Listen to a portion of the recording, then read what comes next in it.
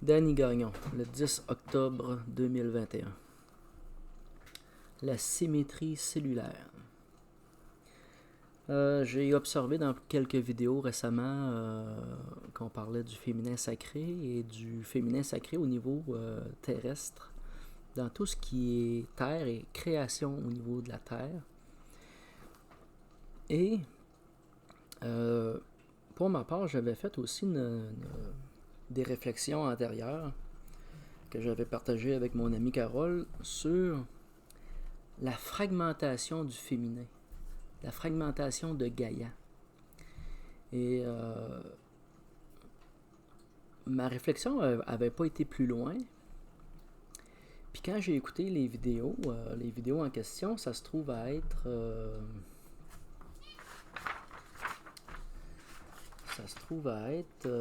Denis Jutras, Reconnexion à son esprit, partie 14, qui est rééduquer l'âme sur la divinité. Ouais, là, il y a un mot qui est... La divinité oubliée, ok. Et l'autre vidéo que j'ai vue, c'est les Esséniens. La vidéo du 5 septembre, en français, conférence, qui est faite par Antoine. C'est pas écrit comme ça, mais Antoine Manitara. Mais Manitara, je sais pas si c'est un nom qui reprend de son père ou de son père spirituel. Ça reste pour moi une énigme.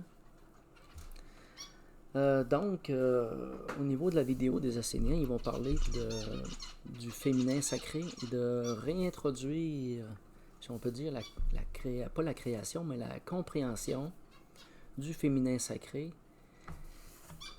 dans un niveau spirituel pour recréer, si on peut dire, l'harmonie entre le masculin sacré et le féminin sacré. Et donc, par mes observations, j'observais que le féminin sacré était rentré en fragmentation. Puis je l'avais jamais trouvé jusqu'à aujourd'hui parce que c'est aussi clair, c'est aussi évident qu'un nez dans une face. Et c'est pour ça que j'ai appelé la vidéo la symétrie cellulaire. On est symétrique, on est des êtres symétriques. Et la symétrie se retrouve dans presque tous les organismes vivants sur Terre, animal, puis même dans le végétal, au niveau des feuilles. Il y a beaucoup de symétrie. Dans la structure, on va retrouver des structures symétriques. Symétriques, en équilibre, en harmonie. Et ça m'a ramené aussi à une création que j'avais faite en secondaire 1, qui est le visage de l'homme bleu. Et ce visage était un masque qu'il fallait faire en pâte en papier à mâcher. Puis, donc, j'ai fait le visage, mais je l'ai fait un côté comme fâché, puis l'autre côté comme heureux. Puis pour moi, c'était pas un avertissement, mais c'était de se méfier, si on peut dire, du visage à deux faces de l'homme bleu. Mais en réalité, c'est un peu comme s'il y avait deux personnalités. Puis ce qu'on se rend compte, c'est que quand on est enfant, on développe notre position dans notre corps, dans notre pied, dans nos mains, dans notre œil, de la façon de se tenir. Si on s'appuie sur la droite ou on s'appuie sur la gauche, et on prend position d'une façon assez définie. Mais cette position définie est en partie une lacune, parce que c'est comme si nous n'habiterions pas une partie de notre corps. On s'en rend compte quand on change de façon de marcher, de façon de faire, dans tous les jours avec nos actions physiques, de se servir de la gauche, plus de la gauche ou plus de la droite, et même de regarder de la gauche et de la droite pour reprendre position et prendre appui sur le pied opposé à ce qu'on est habitué de prendre et se réapproprier son corps dans sa symétrie. Réapprendre la symétrie du mouvement, du physique, du féminin sacré. Et cette symétrie-là, on la retrouve aussi dans la lumière. Dans la lumière d'une façon singulière, mais très observable facilement, c'est-à-dire que lorsqu'il y a deux arcs-en-ciel, une par-dessus l'autre, les couleurs vont être décalées dans un sens, et celle qui va être au-dessus va être symétrique au niveau des couleurs. Les couleurs vont être inversées, comme si entre les deux arcs-en-ciel, il y aurait un miroir, et le miroir d'en haut fait la réflexion de l'arc-en-ciel d'en bas. Puis ça, on le découvre, ou je l'ai découvert beaucoup plus jeune, quand une personne a colorié, pas colorié, a fait une peinture d'un arc-en-ciel. Puis quand elle a fait la peinture de l'arc-en-ciel, de ces doubles arc-en-ciel, elle s'est rendue compte que les couleurs étaient inversées. Puis ça l'a vraiment surpris parce qu'elle l'a regardé à deux fois. Puis elle pensait s'être trompée. Puis finalement, l'arc-en-ciel est vraiment une manifestation de lumière dans la symétrie. Puis on pourrait pratiquement parler d'une manifestation symétrique du masculin sacré.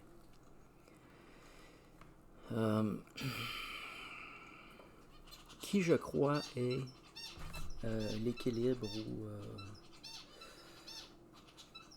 une forme de naissance, de source primaire. Et pour moi, quand j'évaluais ou j'essayais de comprendre la fragmentation de Gaïa, je ressentais une forme de violence ou de choc. De choc qui a fait que le choc a été si grand qu'elle n'a pas eu d'autre choix que de se diviser. Elle s'est divisée, elle s'est fractionnée. Mais quand j'observe la symétrie de nos corps, avec le côté droit, le côté gauche, on comprend que la cellule même crée une symétrie à partir du moment même que la création se fait au niveau de l'embryon. Il y a déjà une division automatique qui se crée au départ, au premier instant. Donc, tu as la cellule de l'ovule et tu as la symétrie cellulaire qui tout de suite est la première action. Vient à ça un autre aspect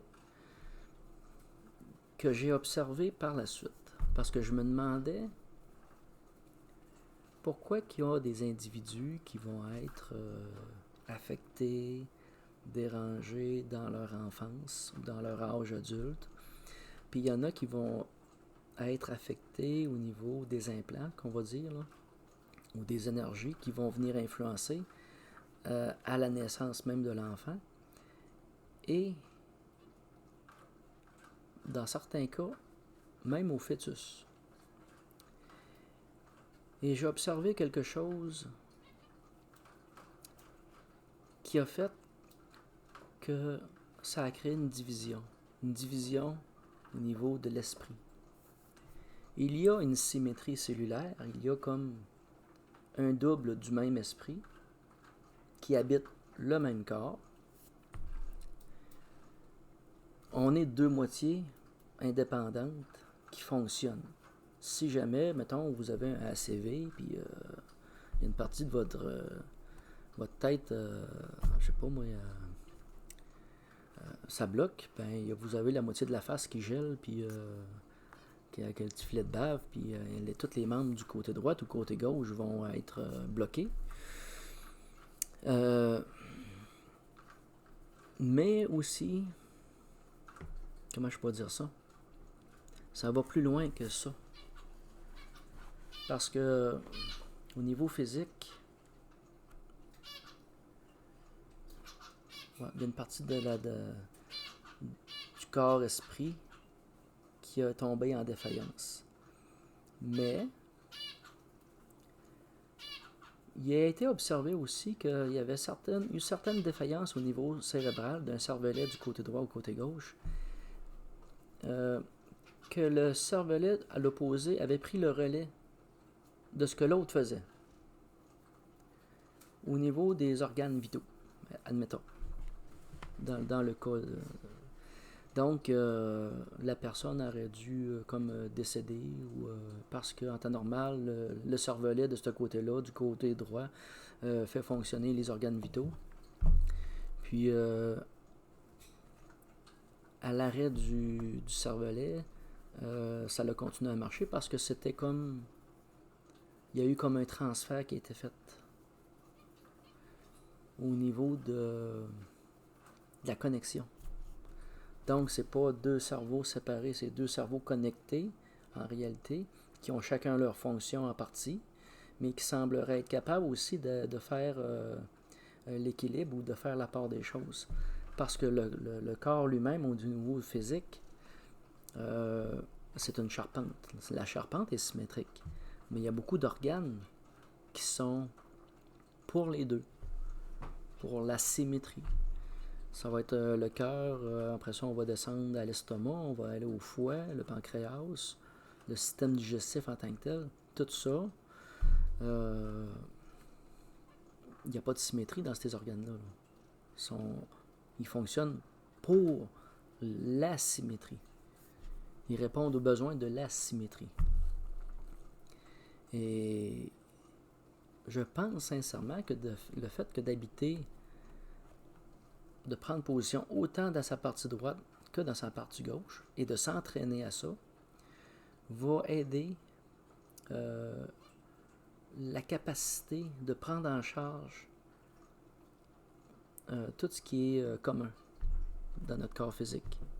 Donc, au niveau d'exercice physique, il est important de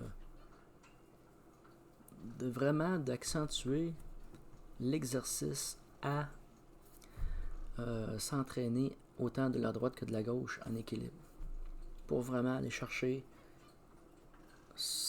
être capable de s'appuyer dans sa droite et être capable de s'appuyer dans sa gauche et d'être confortable dans les deux positions. Alors donc ce que j'observais aussi, c'était que derrière ça, il y a les mémoires qui entrent dans cette compréhension-là. Et ce que je me suis rendu compte, c'est qu'au niveau des mémoires,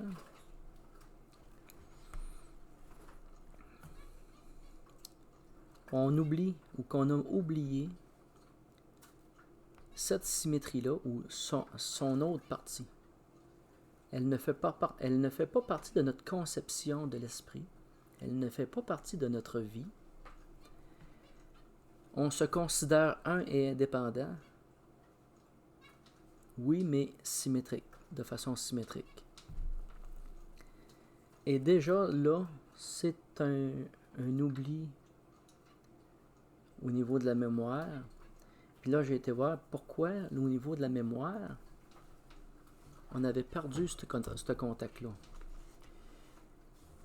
Et ce qui m'est venu avec plusieurs questionnements, parce que je pensais à la corruption de la mémoire, à l'annihilation de la mémoire, et indirectement à la guérison des mémoires aussi. Et j'ai observé ce que je vais appeler la noyade comme si la mémoire serait noyée, comme si nous serions des noyés. Des noyés dans le sens que nous avons plus de connexion spirituelle à certains niveaux, dans certains cas, à tellement de niveaux que même le féminin sacré, qui est l'organe des mémoires minérales, qui va porter l'enfant, est lui-même noyé, parce qu'il n'a pas de connexion spirituelle. Donc, c'est un peu comme si l'enfant naîtrait ou serait déjà noyé, et que les enfants qui grandissent aussi sont dans une situation de société noyée. La noyade des mémoires, la noyade des mémoires sacrées, qui sont dissoutes dans notre eau. Mais c'est dans cette eau-là qu'elle est tellement chargée de toutes sortes de choses qui nous sont mis au quotidien dans la tête et qui nous bombardent constamment, qui nous font oublier un peu comme notre mémoire originelle. Je vous donne un exemple.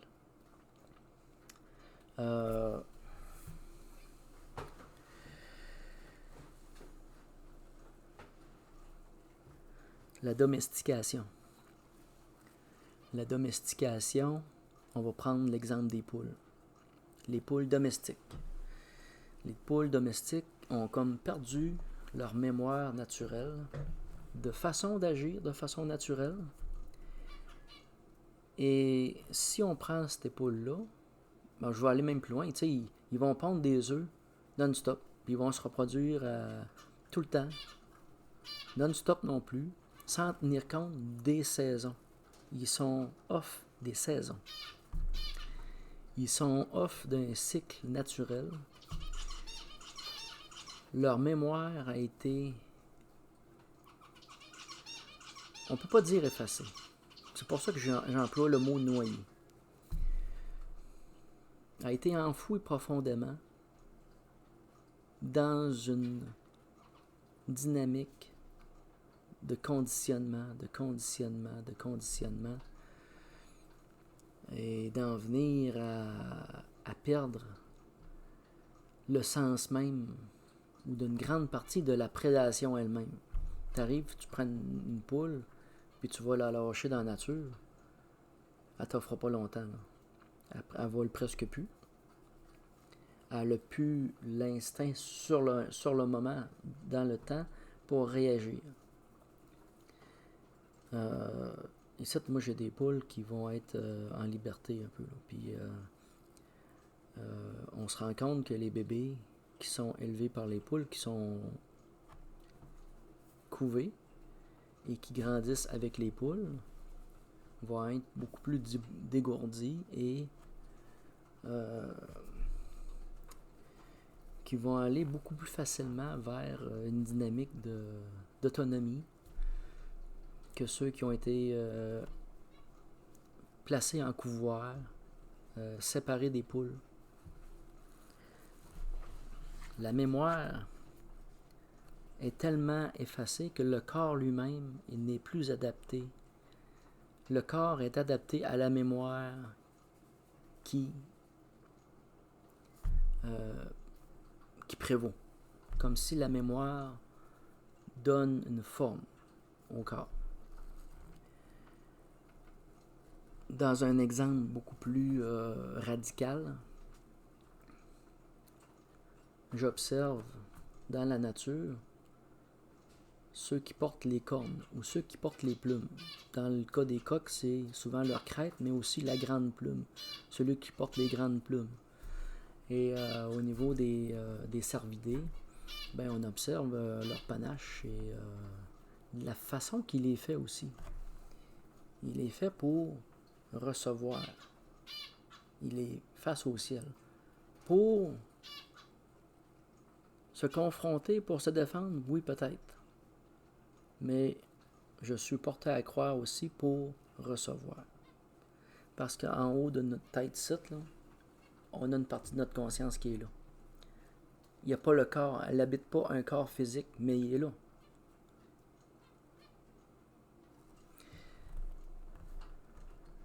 J'écoute des petits bonhommes avec mes enfants, puis mon Dieu, comment ça s'appelle donc? C'est attendez un petit peu. Bon, le petit bonhomme en question, c'est Prince Dragon. Puis dans Prince Dragon, t'as les elfes. T'as différentes sortes d'elfes. De la lune, du soleil, des éléments, du coup, et ainsi de suite. Là. Et ils portent des cornes. Puis c'est, je pense, un concept qui pourrait être à penser. Dans le sens que, pensez-vous que notre forme de tête finale serait un cône? Pensez-vous que ceux qui en parlent là, de ça, là, que pour que notre partie d'esprit qui est là puisse s'assembler à notre corps physique, serait un prolongement de notre tête? Mais peut-être que le prolongement de cette tête-là, c'est des cornes. Et j'en viens aussi au concept de la couronne. De la fausse dignité.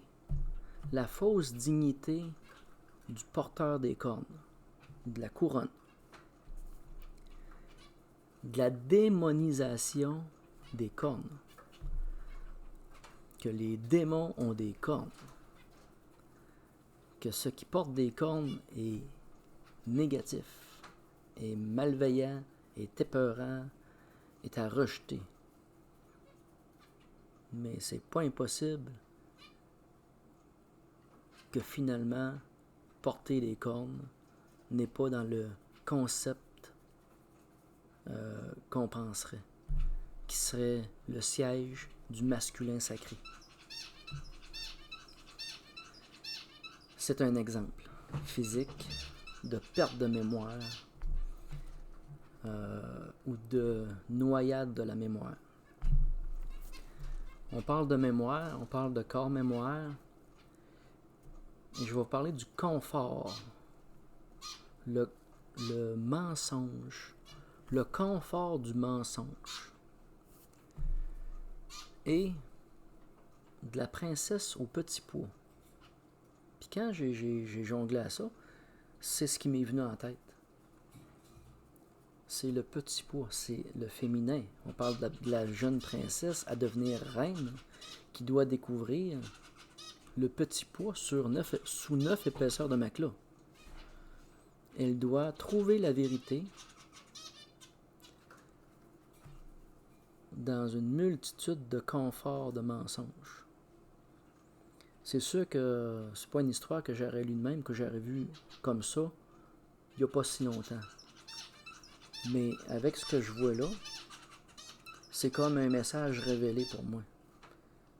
C'est comme le féminin sacré doit redécouvrir la vérité dans tous ces conforts-là mensongers. Le mensonge est confortable. C'est une situation facile. C'est une pensée facile. C'est une action facile. C'est la facilité. Donc, le corps mémoire, dans ce qui nous concerne, au niveau de notre corps humain, est lourdement handicapé ou altéré au niveau de ses mémoires originelles, comme si l'homme aurait été domestiqué et son corps se serait modifié en conscience de ça. Et là, on est dans la symétrie du féminin. On est... Comment je pourrais dire ça? C'est un peu comme un départ de la dualité en nous. Le fait qu'on ne se connaisse pas et qu'on ne connaisse pas notre symétrie, qu'on cherche toujours notre équilibre. Et de la compréhension de la symétrie cellulaire est indispensable. C'est une porte de compréhension. Il y a une autre chose qui rentre dans les mémoires, c'est la liquéfaction ou de liquéfier les morts pour en nourrir les vivants. Qu'est-ce que ça veut dire? Hier, j'étais en train de récupérer des branches d'érable que j'ai coupées l'hiver passé. Et pour certaines qui ont resté au sol, ils ont perdu toute leur vitalité. Ça casse facilement parce que l'humidité a fait que les champignons se sont installés et par l'humidité, ils ont vidé littéralement la rigidité de la branche. Il n'y a plus de résistance. La branche a été vidée de son énergie de résistance. Et celle qui était en dehors de cette humidité-là est restée quand même assez rigide. Parce que la branche en elle-même, par l'humidité dans l'air, elle arrivait à survivre. Même si elle était coupée, toutes les branches qui ont été coupées durant l'hiver ont réussi à survivre une bonne partie de l'été. Puis rendu à l'automne, dans la période où on est rendu là, c'est un peu comme si les champignons s'affairent à récupérer les mémoires ou les énergies restantes qui ne sont pas soutenues par la vie, qui ne sont pas soutenues. Et le champignon, ce qu'il va faire, c'est qu'il va siphonner, il va vider, il va déminéraliser. Puis quand on parle du minéral, on parle des mémoires. Il va déminéraliser les structures, autant même que la pierre, pour la rendre assimilable au vivant, à tout ce qui vit au niveau végétal. Le champignon est un élément crucial dans la croissance de tout ce qui est vivant. Donc, de liquéfier les morts pour en nourrir les vivants, le champignon répond parfaitement à cette dynamique-là. Et on peut comprendre aussi dans cet état-là, peut-être même la maladie d'Alzheimer, qui était un effet de perte de mémoire. Mais est-ce qu'on parle d'un champignon? C'est pas impossible. Ça existe. Ça existe des champignons au niveau du cortex. Jusqu'où ça peut aller, je ne sais pas. Mais ça existe. Donc, il y a des organismes qui sont spécialisés à soutirer les mémoires et à les rendre disponibles en tant que minéraux potentiels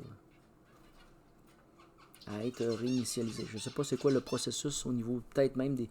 C'est peut-être une action au niveau d'acide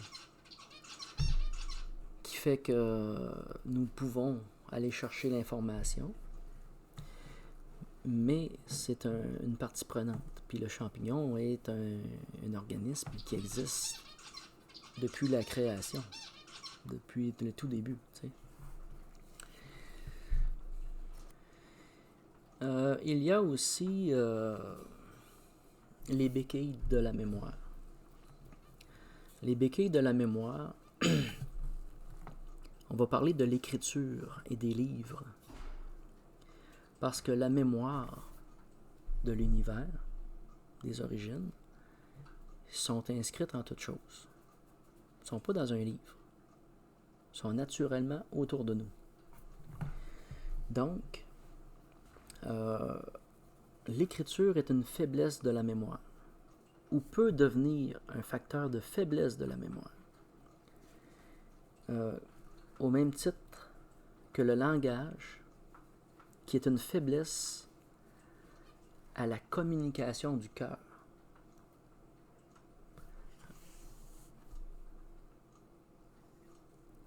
Au niveau spirituel, au niveau émotionnel, de la réceptivité, de l'émotion, du sentiment, sans même dire mot. Juste à l'expression du visage ou la réaction du corps, ou ce que le corps dégage comme vibration, nous avons déjà là une communication avant même les mots. Les mots sont une sorte de béquille aussi.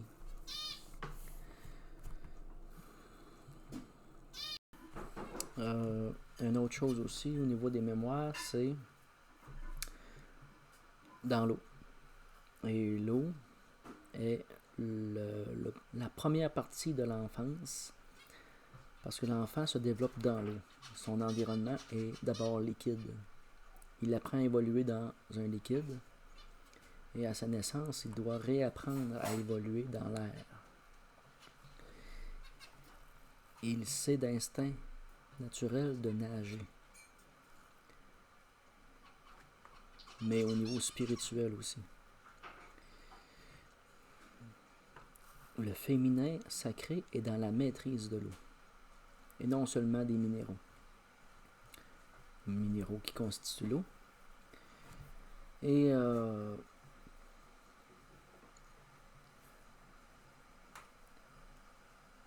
il y a un transfert des mémoires qui se fait là, à ce moment-là. Si les mémoires ne sont pas là, ou sont inondées dans autre chose, c'est autre chose qui va prendre la place. L'eau fait le pont entre l'eau et le ciel, entre la terre et le ciel.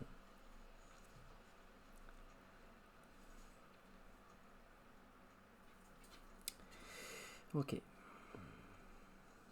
Donc, l'enfant, quand on est, il prend position dans son corps. Il le fait aussi dans l'eau. Et il fait un choix. Il se détermine dans une position. Et il n'est pas encouragé à être en équilibre dans une de ces deux parties. C'est un peu comme si une des parties de la symétrie tombe dans le somatique. Il y a une moitié du corps qui tombe vraiment en état somatique, qui ne sait pas marcher, qui ne sait pas prendre, qui ne sait pas voir non plus, parce qu'il n'est pas sollicité à. On pourrait presque dire que c'est une forme de mort, que de simplement pas servir. Je considère que ça fait pas des années tant que ça que la conscience du masculin sacré soit vraiment récupérée. Parce que lorsqu'on regarde au niveau des églises, au niveau de la spiritualité ancienne, le masculin va participer à la noyade du féminin sacré. Donc, pour moi, le masculin sacré était déjà noyé dans ses mémoires. Le masculin sacré n'existait pas vraiment. Il n'était pas là. Il était dissous dans une multitude de mémoires. Donc, le masculin a participé à la noyade du féminin sacré, et depuis des milliers d'années. Et aujourd'hui, il faut faire l'effet inverse, que le masculin sacré vienne prêter main forte au féminin sacré et sortir de cette dissolution, sortir de cette dispersion des mémoires, de retrouver les mémoires pour les faire remonter à la surface.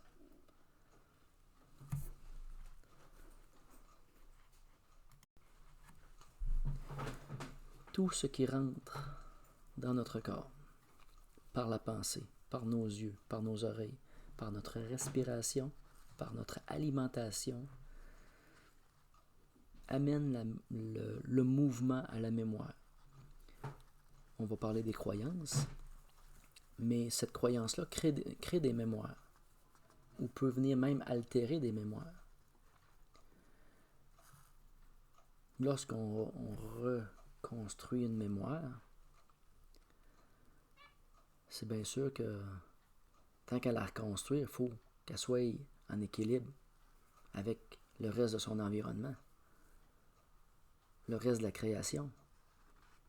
Fait que il y a des mémoires qui ont été déconstruites. Il y a vraiment eu une déconstruction des mémoires par une déconnexion, par les mensonges, par la facilité.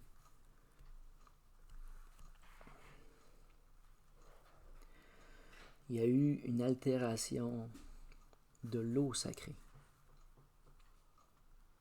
de la mémoire sacrée.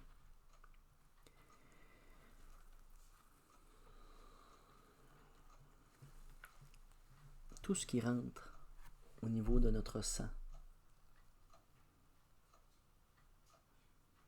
on parle de liquide, va venir influencer nos mémoires. Et dans le cas actuel, c'est extrêmement important. Parce qu'on est rendu avec des vaccins ARN et ADN. On vient vraiment jouer dans les mémoires.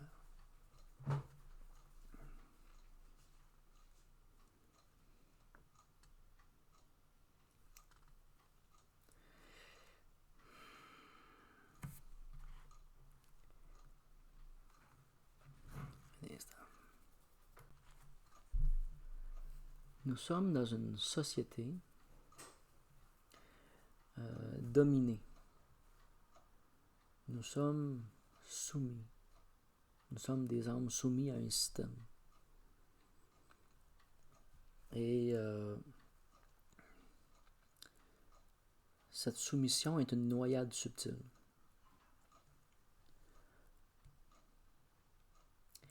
Et il y a une part de la nécromancie commence avec cette noyade. De la nécromancie noire.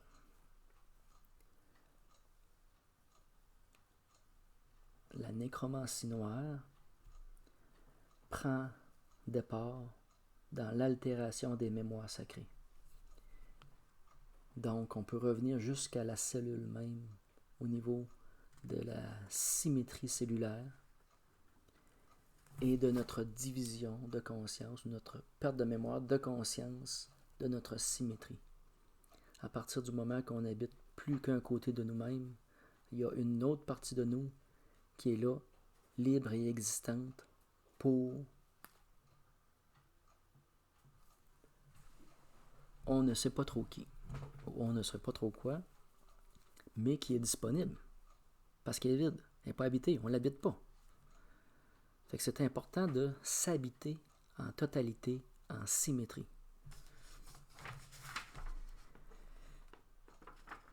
Habiter notre féminin sacré dans sa symétrie.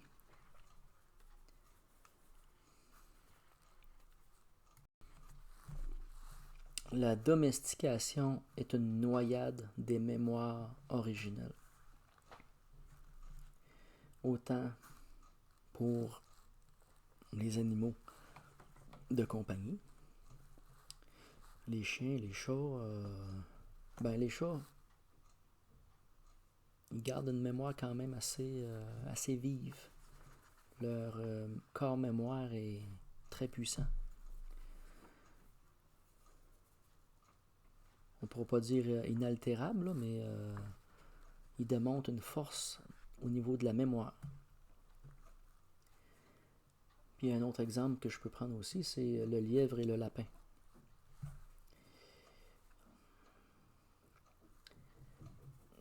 Tu arrives avec un animal sauvage que tu veux enfermer, mettons tu prends un lièvre et tu veux le mettre avec des lapins. Le lapin, lui, le lièvre, ne veut pas perdre ses mémoires, ne s'identifie pas aux mémoires du lapin. Pour lui, le lapin est une aberration. Quand on était jeune, on a fait l'expérience parce qu'on pensait que ça allait marcher. On a pris un lièvre et on l'a mis avec un lapin. Mais le lapin, pas le lapin, mais le lièvre, voulait tuer à mort. Il ne voulait pas, n'acceptait pas du tout ce qu'il y était devant lui. Il attaquait tous les lapins qui étaient capables. Il a fallu le sortir de là. C'était au sang, là. C'était une agression non-stop. Le lièvre n'acceptait pas du tout le lapin qui était en face de lui. Il n'acceptait pas du tout l'être domestiqué qui était devant lui.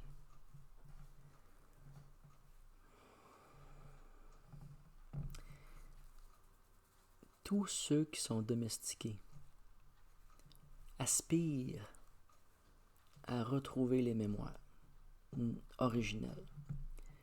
Le jeu est donc de maintenir la noyade, de maintenir la masse d'informations futiles, inutiles, pour se perdre, pour s'y noyer constamment. C'est quelque chose qui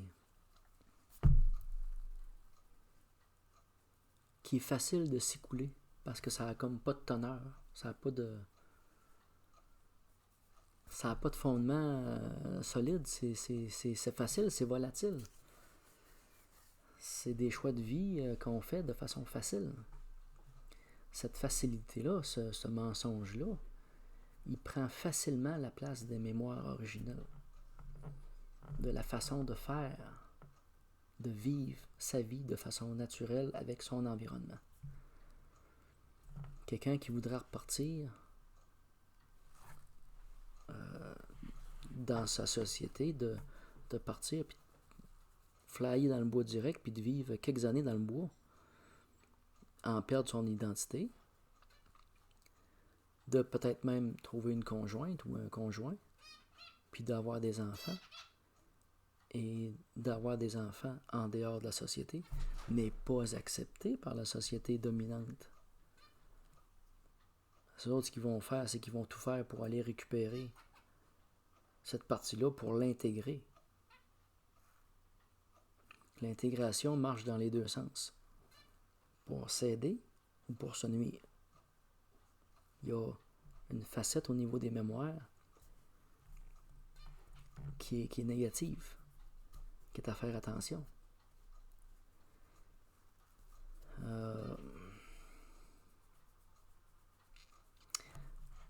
Ça me fait penser à la chanson de Francis Cabrel. Ça s'appelle Rockstar du Moyen-Âge. Puis c'est un peu ça aussi qui est important, c'est de garder les mémoires